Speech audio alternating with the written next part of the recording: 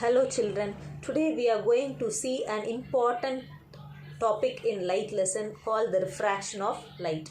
Here in this topic we are going to see the definition, then the causes of refraction, then the laws of refraction, then the refractive index. It has two types, absolute refractive index and relative refractive index.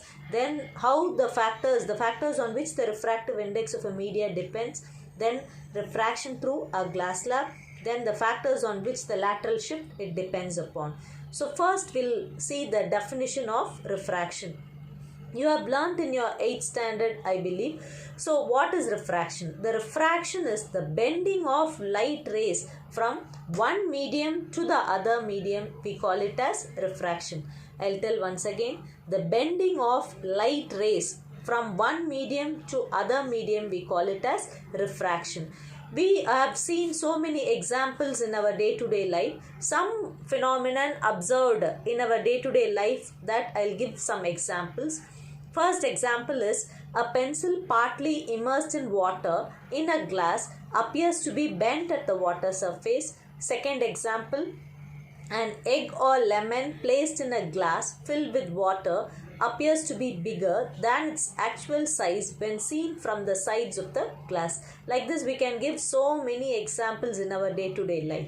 Then comes the causes of refraction. So how the refraction cause? So the refraction of light takes place because the speed of light changes when light goes from one medium to the other medium. That is, the speed of light changes from one medium to other medium. Since the speed of light changes from one medium to the other medium, the refraction takes place. Then this is an important thing.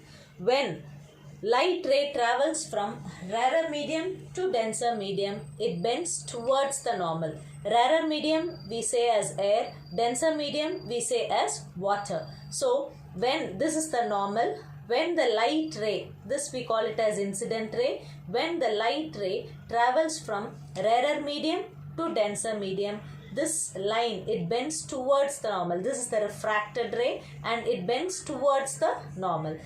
Similarly, when light ray travels from denser medium to rarer medium, it bends away from the normal. That is, here this is the normal, the incident ray, this is the incident ray. So when light ray travels from denser medium, here the denser medium is water and the rarer medium is air. When light ray travels from denser medium to rarer medium, it bends away from the normal. So here when it travels from rarer medium to denser medium, it bends towards the normal. Here when it travels from denser medium to rarer medium, it bends away from the normal. Then comes the laws of refraction. Laws of refraction is, we have two laws of refraction like laws of reflection.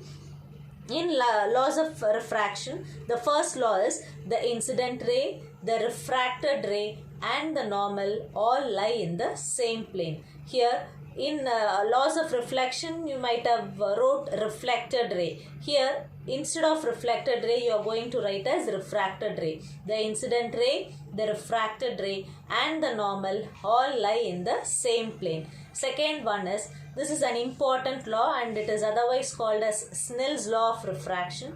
The ratio of sine of angle of incidence to the sine of angle of refraction is a constant for a pair of media.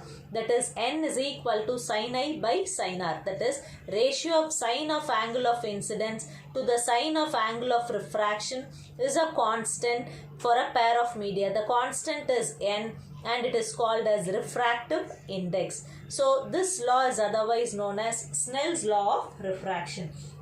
So here we have two laws of refraction. First one is the incident ray, the refracted ray and the normal all lie in the same plane. Second is the ratio of sine of angle of incidence to the sine of angle of refraction is a constant for a pair of media.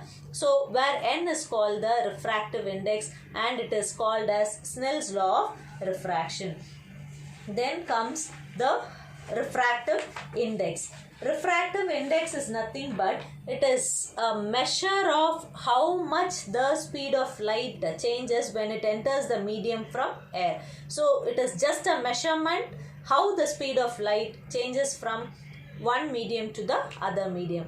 So here refractive index has two types. One is absolute refractive index and the next one is relative refractive index.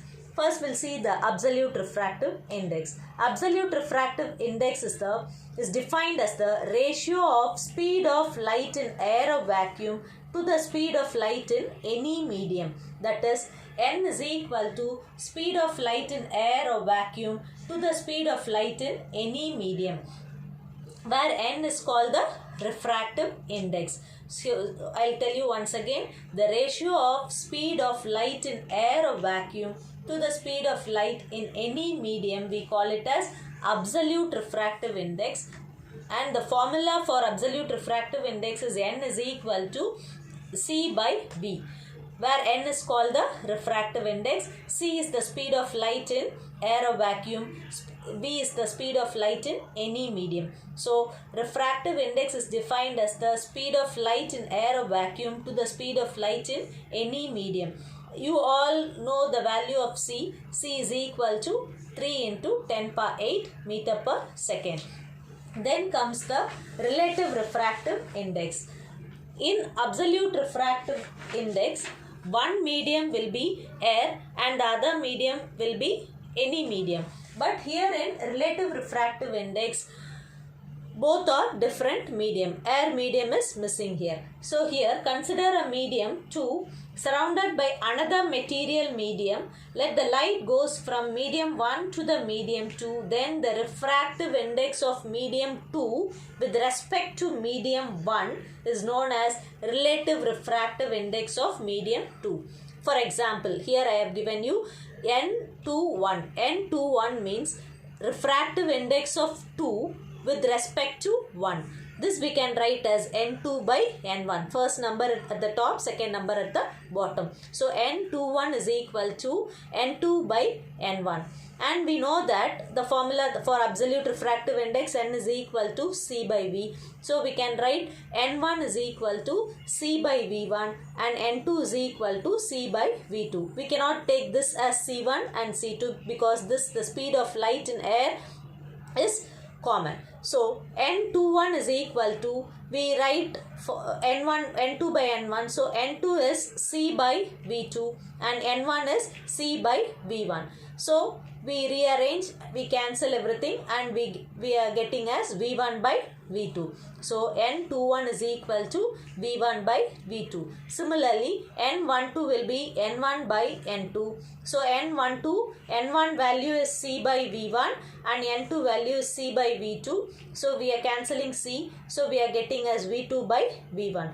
This we can write as N12 is equal to V2 by V1. So here we got the value. So N21 is equal to 1 by N12. That is N21 is V1 by V2. N12 is V2 by V1. So we take the reciprocal. Then it will be V1 by V2. So N21 is equal to 1 by N2. So this is called the relative refractive index.